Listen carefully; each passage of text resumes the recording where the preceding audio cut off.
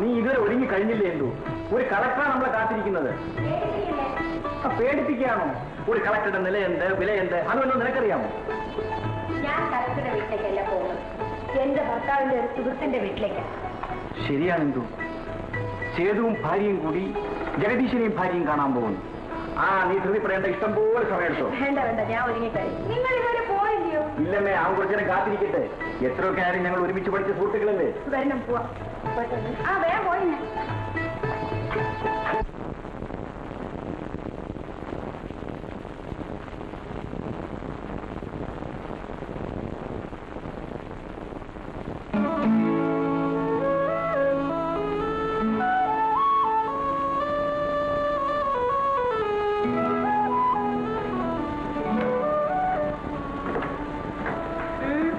അദ്ദേഹത്തിന്റെ ഭാര്യയായിരിക്കും. എന്തോടാ? അദ്ദേഹം ഇവിടെ ഇല്ലേ? മിനിസ്റ്റർ വന്നിട്ട് ഗസ്റ്റ് ഹൗസിലേക്ക് പോയിരിക്കാം. വരാൻ വൈകും. ഞങ്ങൾ വരാൻ പറഞ്ഞിരുന്നു. ഓ, അദ്ദേഹത്തിന്റെ പ്യൂൺ സേതുവാണല്ലേ? വരുമായിരിക്കും. വെളിയിൽ നിൽക്കൂ.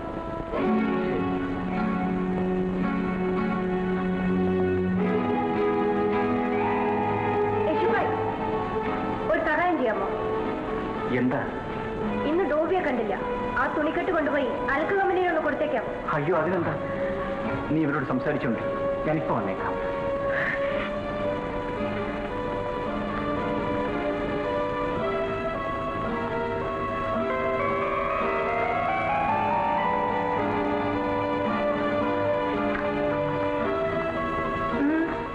എങ്ങനെയിരിക്കുന്നു? നന്നായിരിക്കുന്നു.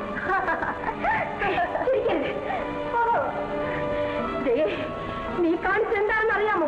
കണ്ടില്ലേ, നിന്റെ ഭർത്താവിനെ കൊണ്ട് എന്റെ അഴുക്ക് തുണി ചുമപ്പിച്ചു. നിന്റെ ഭർത്താവ് ക്ഷണിച്ചിട്ട് വന്ന എന്റെ ഭർത്താവിനെ കൊണ്ട് നീ അഴുക്ക് തുണി ചുമപ്പിച്ചു. അതിലെന്താണ് തെറ്റ്? എന്റെ ഭർത്താവിന്റെ മുമ്പിൽ കൈകെട്ടി നിന്ന് ജോലി ചെയ്യുന്ന പ്യൂണല്ലേ നിന്റെ ഭർത്താവ്? കളക്ടർ ഓഫീസിലാണ് നിന്റെ ഭർത്താവിന്റെ പ്യൂൺ, അല്ലാതെ നിന്റെ വീട്ടിലെ വേലക്കാരനല്ല. അവർ കൈനീട്ടി വാങ്ങിക്കുന്ന പണം ഗവൺമെന്റ് പണമാണടി. നിന്റെ തന്തയുടെ വീട്ടിൽ നിന്ന് കൊണ്ടുവന്നതല്ല. ഇന്നും മറ്റെന്തും ഒരു സ്ത്രീ സഹിക്കും. അവളുടെ അച്ഛനെ അപമാനിച്ചാൽ സഹിക്കും, അമ്മയെ അപമാനിച്ചാൽ സഹിക്കും, സഹോദരനെ അപമാനിച്ചാൽ സഹിക്കും. പക്ഷെ അവളുടെ മുമ്പിൽ വെച്ച് അവളുടെ ഭർത്താവിനെ അപമാനിക്കുന്നത് ഒരു സ്ത്രീയും സഹിക്കില്ലടി. വേണ്ട, സഹിക്കണ്ടടി. ഇതിന് ഞാൻ നിന്നോട് പ്രതികാരം ചെയ്തില്ലെങ്കിൽ പോടി. നിന്റെ ഒരു പ്രതികാരം എത്രയായാലും ഒരു പ്യൂണിന്റെ ഭാര്യയുടെ പ്രതികാരമല്ലേ? അത് ഒരു കളക്ടറുടെ ഭാര്യയ്ക്ക് സ്വപ്നം പോലും കാണാൻ ഒക്കില്ലടി. എടി, അന്ന് ഹോസ്റ്റലിൽ വെച്ച് എന്നെ കൊണ്ട് ആ വേലക്കാരോട് നീ മാപ്പ് പറയിപ്പിച്ചു. ഇന്ന് എന്റെ ബംഗ്ലാവിൽ വെച്ച് നിന്റെ ഭർത്താവിനെ കൊണ്ട് ഞാൻ എന്റെ അഴുക്ക് തുണി ചുമപ്പിച്ചു. ഇപ്പൊ എനിക്ക് തൃപ്തി, സന്തോഷമായി. ഈ പണവും പ്രതാപവും എല്ലാം കണ്ട് നീ ഇങ്ങനെ അഹങ്കരിക്കരുത്. ഇതൊന്നും ശാശ്വതമല്ലടി. ഞാൻ ഈശ്വരനിൽ വിശ്വസിക്കുന്നവളാണ്.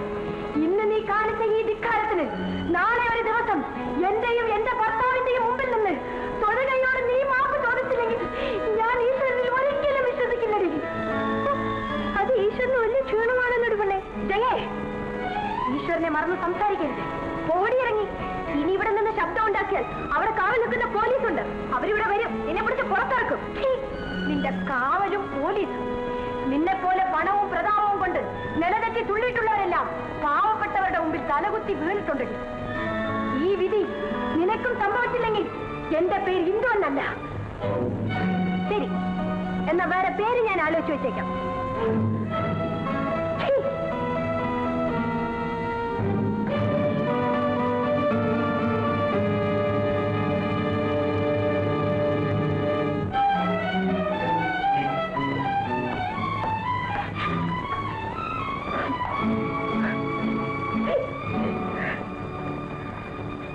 എന്താണ് ഉണ്ടായത്? ഇല്ലെങ്കിലും കാര്യം പറയും.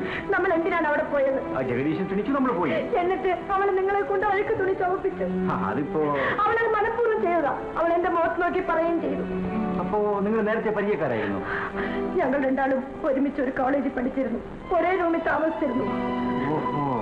ഒരു ദിവസം ഹോസ്റ്റലിൽ വെച്ച് അവൾ ഒരു കാര്യമില്ലാതെ ആ പാവമായ കരുന്നത്തടിച്ചു. ഞാൻ അവളെ കൊണ്ട് മാപ്പ് ചോദിപ്പിച്ചു. അതിനെന്നോട് അവൾ ഇന്ന് പകരം വീട്ടുകയായിരുന്നു.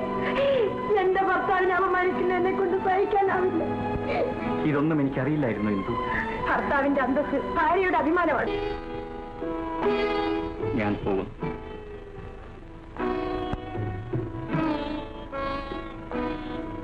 നമ്മൾ വീണ്ടും കണ്ടുമുട്ടിയ ശേഷം ഇത്ര വേഗം പിരിയേണ്ടി വരുമെന്ന് ഞാൻ കരുതി. ഇത് നിന്റെ അഭിമാനത്തിന്റെ പ്രശ്നമായതുകൊണ്ട് ഞാനൊന്ന് പറഞ്ഞു. വിഷു കുട്ടിലേക്ക്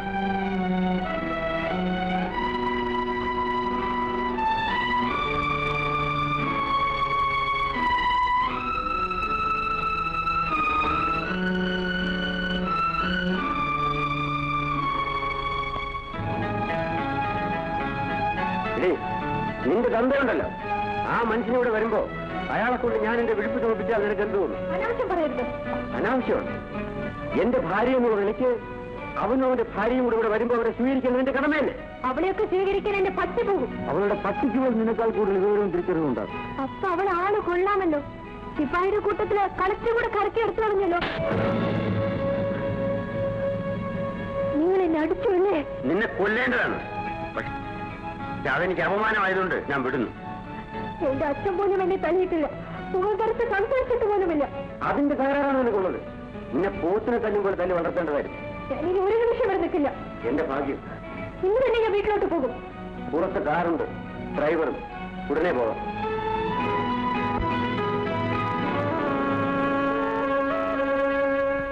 അവൻ കലക്ടറോ എന്ത് കുന്തമോ ആക്കും. ഇവളുടെ കർണത്തടിക്കാൻ അവൻ ആരാ? ആരാണ്? ആരാ? ആരാണോ ഞാൻ ചോദിച്ചത്? ആരുമല്ല എന്ന് പറഞ്ഞുകൂടാ. ഓരോരുത്തർക്ക് ഓരോ കാലത്ത് ഓരോന്ന് വന്ന് പിറന്നുകൊള്ളും. അതെല്ലാം ദൈവത്തിന്റെ കളിയാണ്. ഇതിനെല്ലാം കാരണം അവളാ, ആ ഹിന്ദു. എടാ പാച്ചുള്ളേ, അവന്റെ ഒരു പ്രോനോട്ട് ഇവിടെ ഉണ്ടല്ലോടാ. ആരുടെ അങ്ങനെ? ആ ഹിന്ദുവിന്റെ തന്തയുടെ പരമേശ്വരൻ നായരുടെ. പാവം മരിച്ചുപോയല്ലോ അങ്ങനെ. പരമേശ്വരൻ നായരല്ലേ മരിച്ചിട്ടുള്ളൂ. പ്രോനോട്ട് മരിച്ചിട്ടുള്ളോ? അവളെ ഒരു പാഠം പഠിപ്പിക്കണോ വെച്ചാ? മോക്കതല്ലേ വേണ്ടു, അത് അച്ഛനേറ്റു. ഭഗവാനെ, ഇങ്ങനെ ഒരു യോജിപ്പ് അച്ഛനും മക്കളും തമ്മിൽ ഞാൻ ഈ ലോകത്തിലെങ്ങും കണ്ടിട്ടില്ല. അച്ഛന്റെ മകളോ മകളുടെ അച്ഛനോ എന്നാ സംശയം. എടീ, അവളിവിടെ വന്ന് നിന്നോട് മാപ്പ് ചോദിച്ചാ പോരെ? പോരാ, അവളിന്റെ കാൽക്കൽ വീഴ മാപ്പ് ചോദിക്കണം. പിന്നെ ഒരു കാര്യം, കാക്കൽ വീഴുമ്പോ തലയിലൊന്നും ചവിട്ടരുത്. മഹാപാപം. എടോ രാമൻ നായരെ, എന്തോ ആ പരമേശ്വരൻ നായർ ഒരു പ്രോനോട്ട് ഇവിടെ ഉണ്ടല്ലോ, അത് നോക്കിയെടുത്തേ. വേഗം വേണം. പിന്നെ അതിന്റെ പലിശയും പലിശയുടെ പലിശയും അതിന്റെ പലിശയും കൂട്ടുപലിശ എല്ലാം കൂടെ കൂട്ടിച്ചേർത്തുകൊണ്ട് എഴുതിപ്പോ കേട്ടോ. അവളെ ഒരു പാഠം പഠിപ്പിക്കട്ടോ.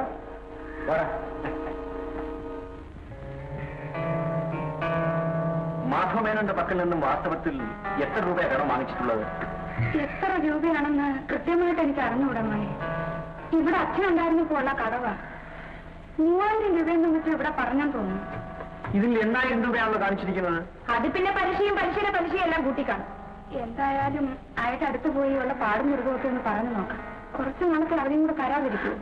അതേതായാലും വേണ്ട. അയാളുടെ അടുത്ത് പോയി പാടും ദുരിതവും പറയാനുള്ളത് ഈ ജന്മത്തിലില്ല. അയാൾ എന്തിനാണ് ഇത്ര പെട്ടെന്ന് വക്കീൽ നോട്ടീസ് അയച്ചതെന്ന് എനിക്കറിയാം. അത് അറിഞ്ഞിരുന്നോണ്ട് അവിടെ പോയി അയാളുടെ കാല് പിടിക്കാനോ? നിങ്ങൾ പിന്നെ എന്തോ ചെയ്യാൻ അഭാവം? രൂപ കൊടുത്തില്ലെങ്കിൽ അയാൾ കേസ് കൊടുക്കും. ഈ വീടും പറമ്പും അയാളങ്ങ് കൊണ്ടുപോകും. ഈ വീടും പറമ്പും അതയാൾക്ക് കിട്ടില്ല.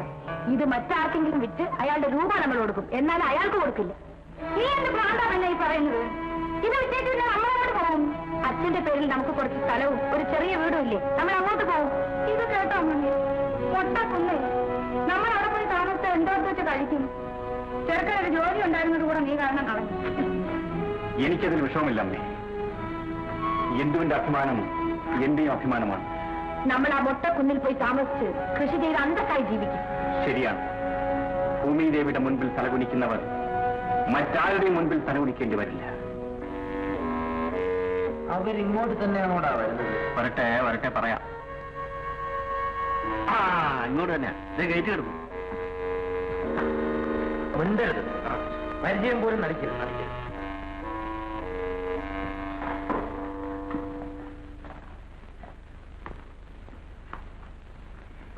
എന്താ? ഒന്ന് കാണാൻ വന്നതാണ്. മോളെ ജയ, ഇവിടെ വാ.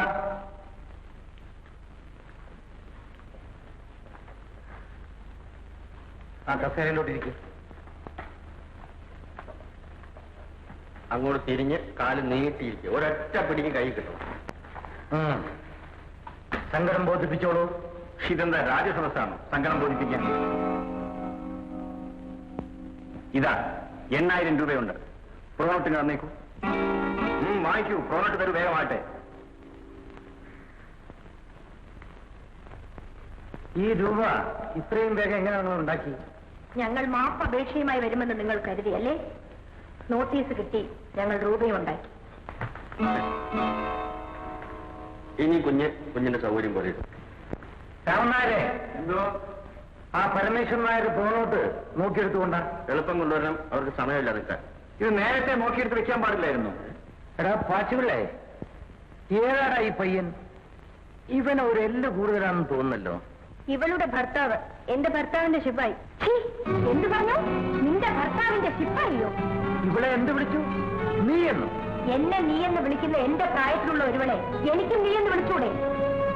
ശിപ്പായി ജോലി മോശമായതുകൊണ്ടല്ല, അദ്ദേഹം കലക്ടർ ആയതുകൊണ്ടല്ല, നീ കലക്ടറുടെ ഭാര്യ ആയതുകൊണ്ട് എന്റെ ഭർത്താവ് കലക്ടറുടെ ശിപ്പായി ജോലി രാജിവെച്ചു. എന്നിട്ടും ഭർത്താവിന്റെ ശിപ്പായി പോലും ശിപ്പായി. ഓഹോ, അപ്പൊ നീ എല്ലാം നശിപ്പിക്കാൻ വേണ്ടി ഇറങ്ങിയിരിക്കുകയാണ്. നീ കാരണം നിന്റെ ഭർത്താവ് ഉദ്യോഗം രാജിവെച്ചു. എന്റെ മകളെ അവളുടെ ഭർത്താവ് വീട്ടിൽ നിന്ന് അടിച്ചിറങ്ങി. ഓഹോ, അങ്ങനെ ഒരു നല്ല കാര്യം നടന്നോ? അപ്പൊ അദ്ദേഹത്തിന് ചുണയുണ്ടല്ലേ?